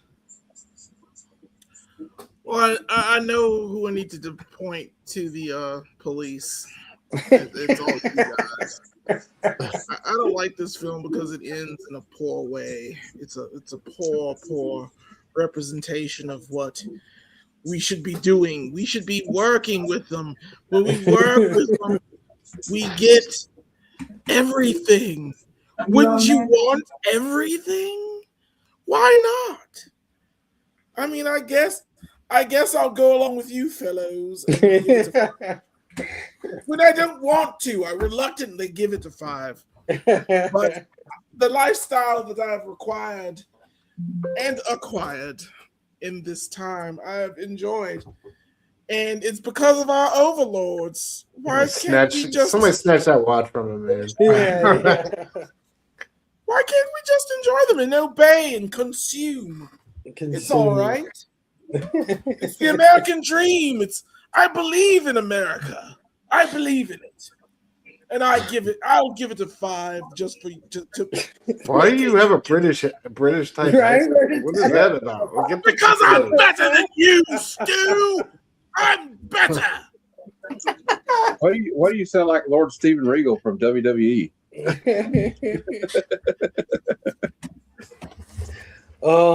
Yeah, dude. I think this movie is a lot of fun. Just first of all, right? I think it's just a fun film. I think this movie has a lot of themes that are totally relevant. We all can relate in a lot of ways to this film. I think Roddy Piper is an absolute gem.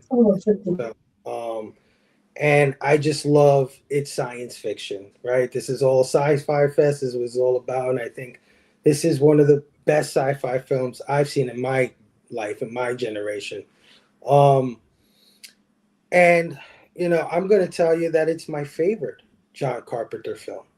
I like a lot of people say Halloween, a lot of people say The Thing, and I get that. And I get that. I wouldn't argue with you. But this movie, it does for me what like movies like The Matrix does for me, and though you know what I mean, it gives you a wild reality that isn't that crazy when you really fucking think about it, and then when you really start thinking about it, it sends you on this rabbit hole, right? Where you're like, oh shit, dude, that's what they're doing, man. That's what they're doing, man. They're doing this to us, man. Our president's an alien, dude. I'm telling you, dude. You know what I mean?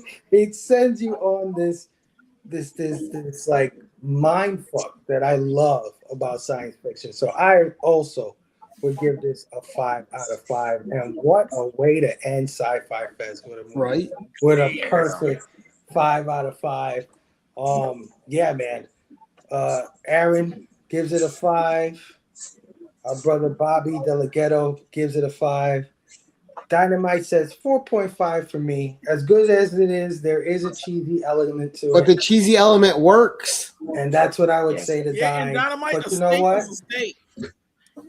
4.5 tasty. is a very solid score, so I can't hate on it. Dark Fizzle said 4 for Piper's best movie. Comic Zombie says a British 5 carries more weight.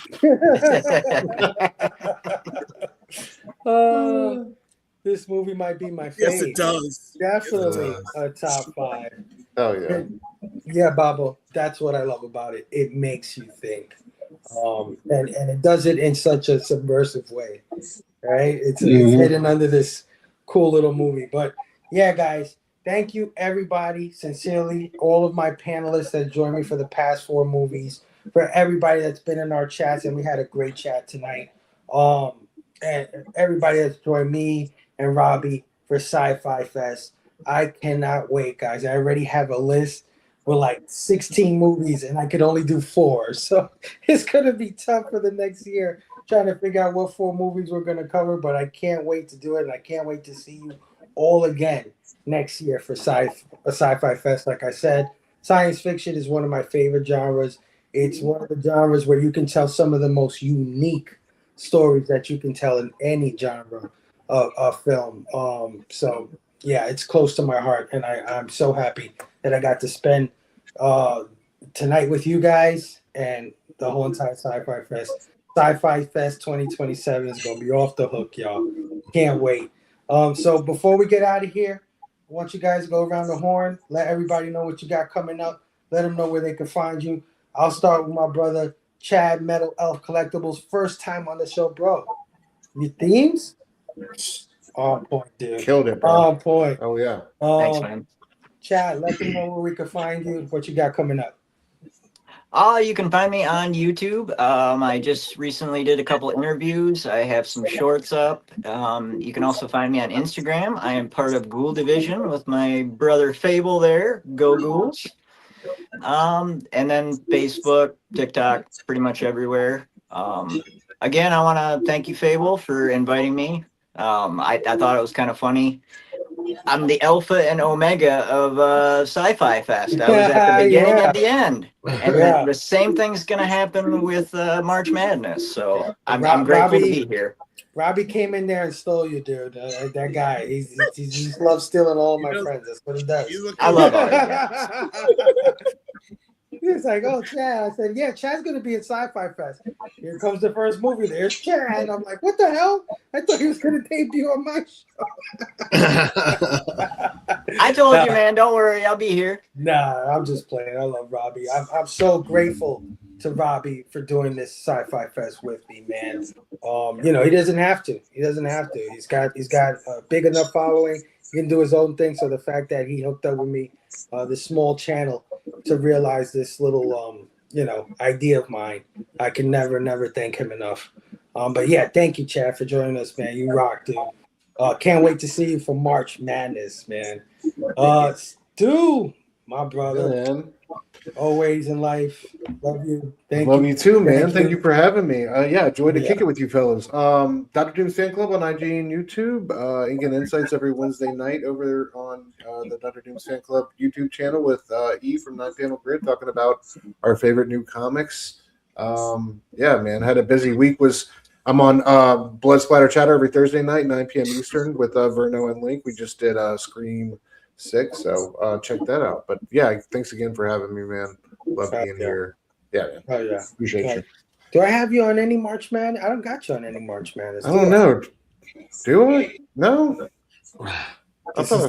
This isn't good, Stu. This isn't good. My for bad, My bad. I love you, Stu. Thanks for joining us tonight, man. For at least the last show in SciFi Fest. Oh yeah, I had to be here for this one. Oh yeah, Gary B, man, had you on 2 shows. I am so happy, and I'm very proud of you. You chose one character tonight. This is awesome, dude. We all make our progress in small ways, Phable. Coming up for me next week, I met him on your channel the last time I was on.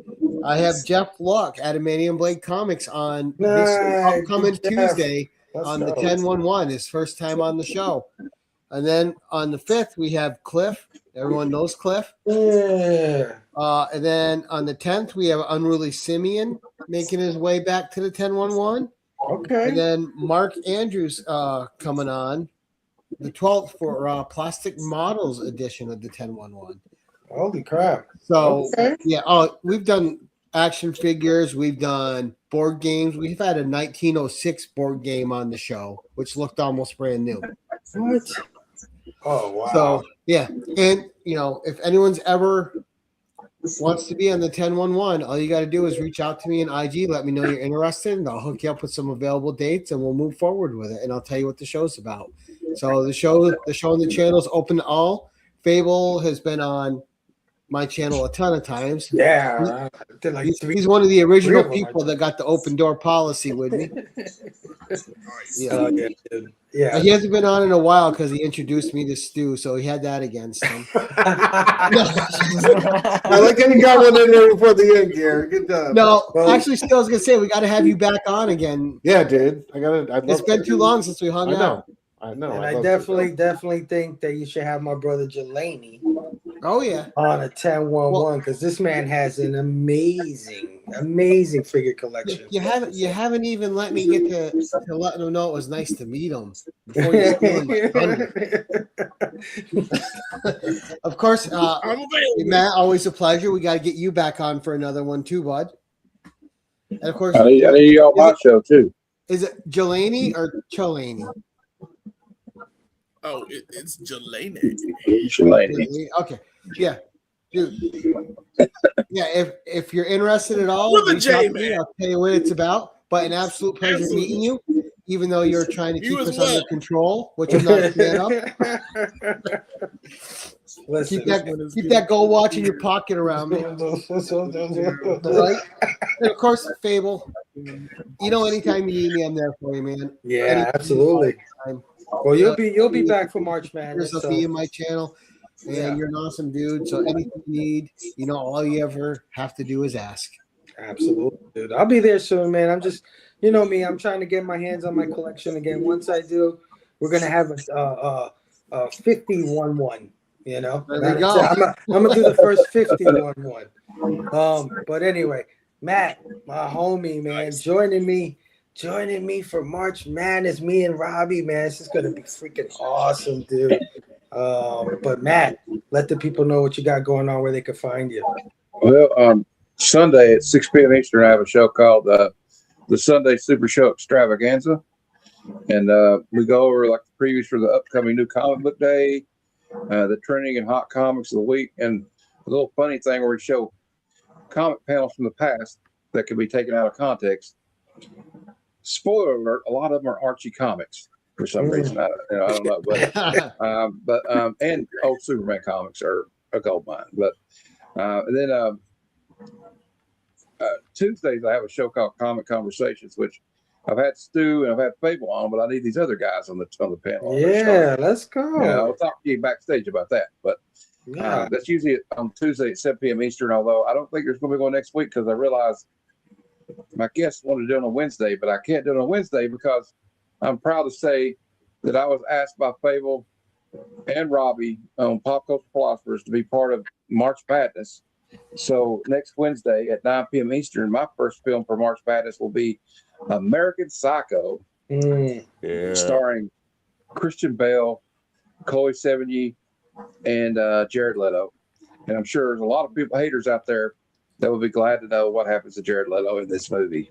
But anyway, and then we have my comic lounge on Thursday at 7 p.m. Eastern. The first part of the show is what we call the comic book swap meet / classifieds.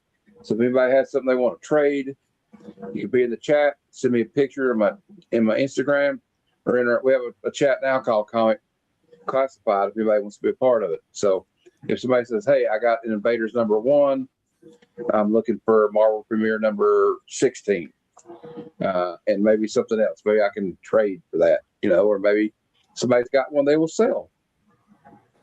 Yeah. And it's been working out so far pretty good the last 2 times.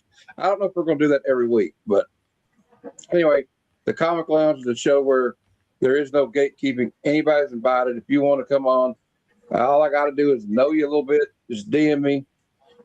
Obviously, for obvious reasons, we don't put the link in the chat. The quote, what's his name? Forrest something. In Apocalypse Now, you never get out of the damn boat. And you never put the link in the chat. There you go. But anyway, that's what I got going on, and I always enjoy being on this show, Phable, and I always enjoy being around these gentlemen. Oh yeah. Thank you always, Matt, for inviting me to all of your stuff, man. And I love doing shows with you, dude. Anytime of the week. Go watch the rewind on what was it? Revenge of the Ninja? Oh yeah. Revenge of the Ninja. I got a series where I'm reviewing every issue of G.I. Joe, a real American hero from Marvel. We're on issue 11. It's out right now. Issue 12 comes out next week.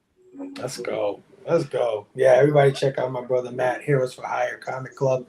Jelani Jam.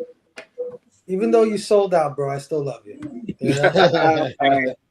still love you. I'll sell out the heartbeat. I'll sell all you guys out. Don't get it twisted. Don't get it twisted. Thanks for joining me, bro. Yeah, let the people know, man. Yeah, man. I only have one channel. It is called Go Figure Reviews. It's Brooks and I. We're a tag team partnership. We have watched this movie together and also reviewed it. So check us out on the Rewind for Pop Culture Philosophers for They Live as well. We do give similar scores. We glaze this movie as well. It is just subbed you up. Oh, thank you, sir. Thank you very much. And also, we had a new video come out. It was for the Jada Toys Akuma. The Jada Toys have been knocking out stuff for Street Fighter 2 figures. They're amazing. Check out our video. We had technical difficulties, so it's rather short. So you can check that out. We've got a few other videos on there, plus some of this live stream. I will try to clip and put stuff in. And then also, yes. Thank you. Like, share, tell your friends, do all the things. like that. I gotta get my monetization on, for the others, our overlords. So I would leave, but I don't have a. It doesn't work. It doesn't work. But it is what it is. It is what it is. Yeah, check us out at Go Figure Reviews. Appreciate you. Oh yeah, man. Thank you, Phable. Every time. Of course, bro. Yeah. You be nailing it. You're coming back from March Madness, right? Yeah. Every 5 minutes. I gotta Oh yeah. find some movies I'm gonna watch. I forgot. I just saw the lineup, so Dude, I might be on the misery way it are goes. you but we'll see. Are you jumping on those DuckTale figures? Did you see the DuckTale figures? I might. See, Scrooge McDuck is my favorite of all time Disney character for obvious reasons. For obvious reasons. But yeah, I'll jump on them eventually. But I'm trying to narrow my collection down. I hear you. Yeah. Thanks for joining me. Of course, you can catch me here next Friday as March Madness kicks off next week in March. Man, can't wait to come back, hang out. Our first movie of March Madness on this channel will be none other than 12 Monkeys with Brad Pitt, Bruce Willis, and Madeline Stowe. Can't wait to get into that one. Another great science fiction movie. So I'm kind of like continuing Sci-Fi Fest on the low. But yeah, that's going to be a good time. Again, thank you everybody for joining us tonight and joining us all through Sci-Fi Fest. We love you. Hope you come back for March Madness starting next week over on Pop Culture Philosophers on Mondays at 9. Matt, Heroes for Hire Comics, Wednesday at 9 p.m. Eastern, and here on One Collection Down, 9 p.m. Eastern station, guys. See you next week. Later, y'all.